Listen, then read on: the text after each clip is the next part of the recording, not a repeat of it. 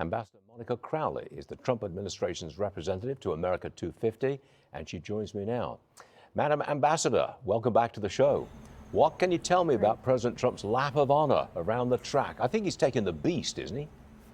Well, good morning, Stuart. You know, President Trump promised that this year would be the greatest and most momentous celebration for our history, for our country and the history of America. And that's exactly what he's delivered over the past year, culminating this weekend in the IndyCar Freedom 250 Grand Prix. And yes, the president and the first lady will be taking an honorary lap prior to the race Sunday at about noon. 1 o'clock the race starts, and it will all air on Fox with pre-race coverage starting at 11:30. So everybody will be able to see the president and the first lady take that lap before 25 drivers get into their cars and race upwards of 200 miles an hour around the nation's capital. It's a once-in-a-lifetime experience, really tremendous, and a great celebration of the American competitive spirit and speed and innovation. I'm told that, Ambassador, I'm told that you've got 288,000 people have signed up for tickets already. You're going to be pretty much jam-packed, aren't you? Yes, indeed. So we actually had to cap the ticket lottery because so many people wanted tickets to this race. So over the 2 days, Saturday and Sunday, Sunday being, of course, the final race, but we're expecting hundreds of thousands of additional people to descend on Washington, D.C. So this means a huge economic boom for our nation's capital, in addition to all of the events that we have done over the last year to celebrate our great America and our great exceptional history. I have to ask you about the White House Ballroom.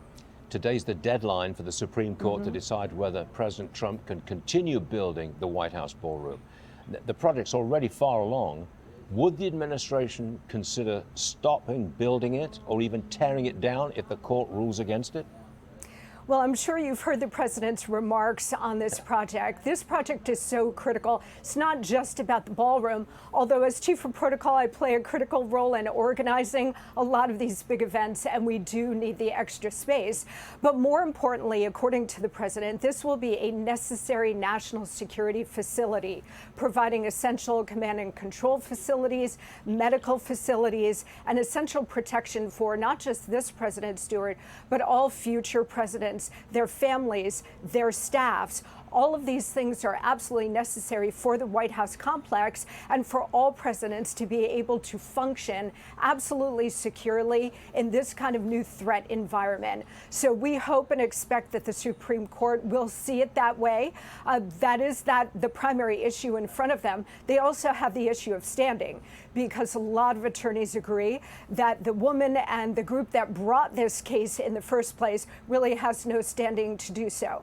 So unless the Supreme Court acts today, that stay, that construction injunction will remain in place. We hope that will not be the case. And I don't want to get in front of the president on this, but I do know that other options are in fact being considered because the president has committed to the completion of this project. I just feel that the Democrats and the president's political opponents, they just don't like him, and they want to stop anything and everything that he wants to do, including the ballroom. That's where I'm coming from.